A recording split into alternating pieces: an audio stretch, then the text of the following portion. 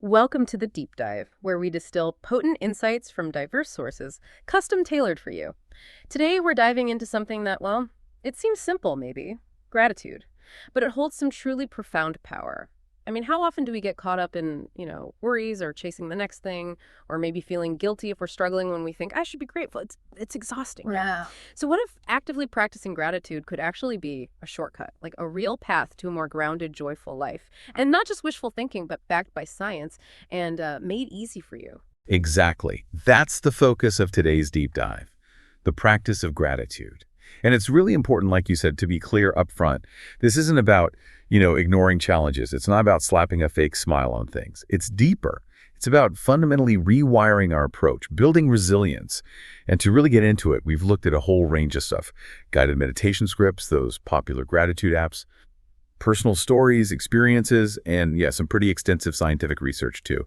There's this fascinating meta-analysis on gratitude and depression we'll touch on. So our mission today is to pull out the key insights, helping you understand not just what gratitude is, but how it actually changes your brain, your body, your relationships, and crucially, how you can actually start doing it, even with a busy life. Okay, let's unpack this then, because honestly, my first thought is feelings are, well, they come and go, don't they? The idea that gratitude changes your brain. That sounds almost, a bit too good to be true. Is the science really solid here? Oh, it's absolutely solid. It comes down to this incredible thing called neuroplasticity. The brain's ability to change, to reorganize itself by forming new connections. It does this throughout our lives. Yeah. And gratitude, it turns out, plays a pretty significant role in that process. When you consistently practice gratitude, you're literally, you're encouraging your brain to build different pathways, to shift its default settings almost. Like, for instance, expressing gratitude actually stimulates the production of dopamine and serotonin. Ah, the feel-good chemicals. Exactly. And it's not just a quick temporary buzz. Regular gratitude can lead to long-term improvements in your mood, your emotional state. It builds a more positive baseline. So it's not just feeling happy in the moment, it's actually building a stronger foundation for feeling good more often that clicks. Precisely. And there's more. When you focus on those positive feelings tied to gratitude, you actually dial down the production of stress hormones. Right. Like cortisol. Okay, so less stress hormone floating around. Right, which calms your nervous system, reduces that feeling of anxiety, promotes more relaxation. Gratitude also triggers a shift in, your cognitive habits. It helps train your brain away from automatically noticing the negative and towards being more attuned to the positive.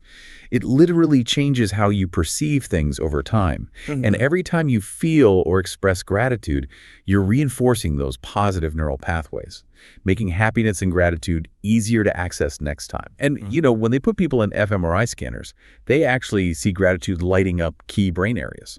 Really? Like which ones? The prefrontal cortex, mainly, which is huge because that's involved in decision-making, emotional regulation, empathy. So it boosts cognitive function overall. Wow. Thinking of gratitude as a workout for your prefrontal cortex, that's quite a shift. Okay, for someone listening who might still be a bit skeptical, what's the single strongest piece of evidence you found? That would probably be the large-scale meta-analysis I mentioned earlier. It pooled data from, I think, over 26,000 participants. Huge number. And what they found was this really consistent, significant link. Higher levels of gratitude strongly correlated with lower levels of depression. Yeah. And this wasn't just, one specific group. It held true across different ages, different ways of measuring gratitude, different ways of measuring depression, whether the studies were just snapshots in time or followed people over time. It's a really robust finding. Okay, a link across 26,000 people. That's hard to ignore. That really does make the case scientifically. But let's bring it back down to earth. Beyond the brain scans and neurotransmitters, what does this mean day to day? What other tangible benefits can you expect if you start cultivating this? Right, connecting the dots to everyday life. The effects really ripple outwards. Our sources point to benefits across the board. First, let's talk mental and emotional well-being. We've touched on reduced stress and anxiety, better mood, but it also fosters optimism, increases overall life satisfaction. It can boost self-esteem, which is interesting. And it helps dial down those social comparisons. Scrolling through feeds and feeling inadequate. Gratitude seems to buffer against that. That's huge in today's world. That comparison trap is so easy to fall into. Absolutely. Gratitude also builds resilience. It helps you bounce back faster from setbacks because you get better at finding, maybe not a silver lining exactly, but perspective. Lessons learned. It can increase mental clarity too, just by reducing some of that negative mental chatter. And as the meta-analysis showed, and therapy worksheets often highlight, it can help manage depression by gently shifting focus away from those negative thought loops. So it's almost like mental housekeeping, clearing out some clutter so you can think more clearly and positively. I like that. Yeah, that's a good way to put it. Then there are the physical health benefits, which might surprise some people. People who practice gratitude consistently tend to report fewer aches and pains, fewer minor health issues like headaches or stomach problems. Studies show it can actually lower blood pressure, and it increases something called vagal tone. Vagal tone. What's that? It's basically a measure of how well your vagus nerve is functioning. A higher tone means your body is better at relaxing and recovering from stress. It's linked to better heart health. Gratitude also seems to really help with sleep. Falling asleep faster, staying asleep longer, likely by reducing those racing thoughts at night. Okay, better sleep is a benefit pretty much everyone wants. Definitely. There's also evidence it can strengthen the immune system. And fascinatingly, it might even reduce the perception of physical pain. It seemed to activate brain networks linked to social bonding, which overlap with pain relief networks. Plus, people practicing gratitude often report making healthier choices overall, like eating better, exercising more, almost like they value their well-being more. It's genuinely amazing how interconnected it all is. Feeling grateful helps your mind, and your body actually responds physically. The connection is undeniable. And finally, there's the impact on your relationships and social connections. This is a big one. Expressing gratitude demonstrably strengthens relationships. It improves communication, makes people feel more supported. It also fosters empathy and seems to reduce feelings of aggression. There's this psychological theory called the find-remind-find theory. Find-remind-find. Yeah. The idea is gratitude helps us find good relationship partners, remind us of the value of the relationships we have, and bind us closer by motivating us to invest in them. And we saw this in personal accounts too, how practicing gratitude creates this positive cycle of generosity and connection within families, communities. It really is fascinating how it's not just one thing, it's like a positive cascade effect touching so many parts of life. Okay, so if you're listening and thinking, all right, I'm convinced I want to try this, what are some practical, truly doable ways to start, especially if life feels really busy already? Great question. Because it has to be practical, right? Luckily, there are lots of options. The key is finding what fits you. One of the most classic and effective methods is gratitude journaling. Right. I've heard of this. I actually tried it once. But I admit, after a few days, it started to feel a bit like homework. Like, ooh, gotta write my grateful things. How do you make it stick? That's super common.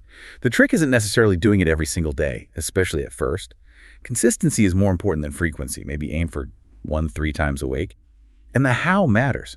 Don't just list things vaguely in your head. Physically write them down. There's something about that act. Think of it like tasting life twice, once when it happens, once when you reflect. It helps lock in the positive. And for effectiveness, get specific. Really specific. Instead of, I'm grateful for my coworkers, try it. I'm grateful Sarah brought me that soup when I was sick on Tuesday. See the difference? Yeah, much more vivid, more real. Exactly. Go for depth on a few things rather than a long, superficial list. Focus on people often brings more benefit than focusing only on things. Another technique is subtraction. Briefly, imagine life without something you value. It really counters taking things for granted. Also, try seeing good things as gifts, not just entitlements. And savor surprises. Unexpected good things tend to spark stronger gratitude. Simple prompts help too. List 3 things that made you smile today, or 3 small things you appreciated this week. Maybe the smell of coffee, a warm blanket, a funny text. Okay, those tips make it sound much more meaningful than just a checklist. Specificity, depth, people, subtraction. Got it. What about for people who maybe aren't big writers or prefer something more guided? Yeah, great point. For that, guided gratitude meditations and scripts are fantastic. We looked at some sources like Jupiter Scripts, which offer short guided sessions, maybe 5 or 10 minutes. They focus on specific themes. People in your life, your health, your body, just being alive, stress relief, appreciating gifts like sight or hearing, or finding small joys. There are also mindfulness-based ones, like from mindful.org, that guide you to use your senses. Savoring what you see, smell, hear, touch right now, appreciating everyday objects. These are brilliant for cutting through the mental noise and just focusing your attention intentionally for a few minutes. That sounds really calming, and probably easier to fit in than finding time to journal sometimes. Now, what about tech? We live on our phones. Are there apps that genuinely help with this, or do they just become another notification to ignore? A valid concern. But yes, There are some really well-designed gratitude apps. They can actually be ideal for our busy lives. They often provide prompts, which helps when you draw a blank. Many have mood trackers, send gentle reminders, not nagging ones. Some even offer guided affirmations, often making it feel like a bit of a game. Nice interfaces help too. And some let you analyze patterns over time. There's a huge variety. Some are free, like Presently. Others, like Reflectly, use AI for personalized prompts. Gratitude Garden is gamified. The 5-minute journal app is popular for quick entries. Happy Feed lets you add photos. There are tons. Free, freemium paid. Find one that clicks with you. Wow, okay, so definitely an app for almost any preference. It's good to know those tools are out there and can be genuinely useful. Beyond these structured practices, you could also weave in simple daily actions and mantras. Small things. Just start noticing when you say thank you.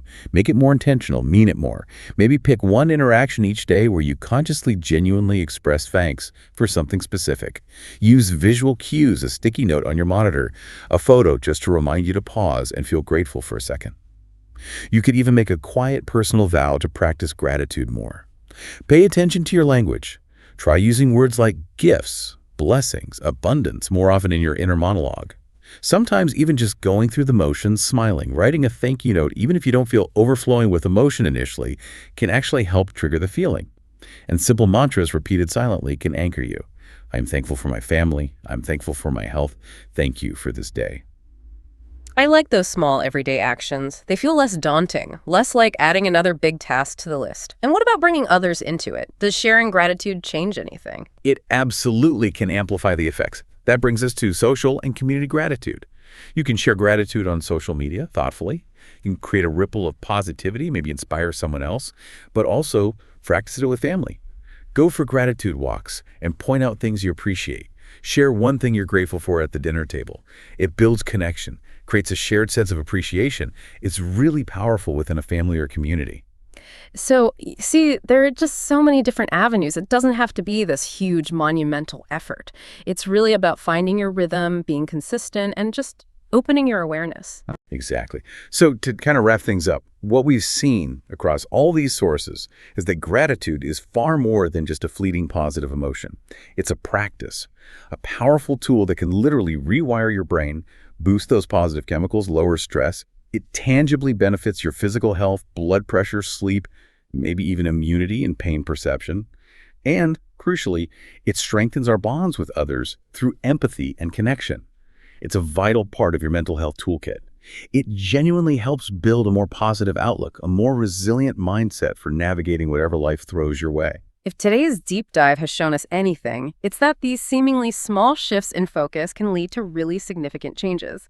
If you're feeling inspired, just remember what we've discussed. Start small. Don't expect perfection. Be patient with yourself. Find a practice, just one maybe, that feels right for you. Because it really is like exercising a muscle. The more you do it, the stronger and more natural it becomes. And that leaves us with a final thought, something for you to maybe mull over. If practicing gratitude consistently can change how you perceive your past and your present, how might it fundamentally alter the way you approach and experience challenges in the future? Could it transform those future obstacles, maybe making them feel less like daunting roadblocks and more like opportunities for new kinds of grateful discoveries?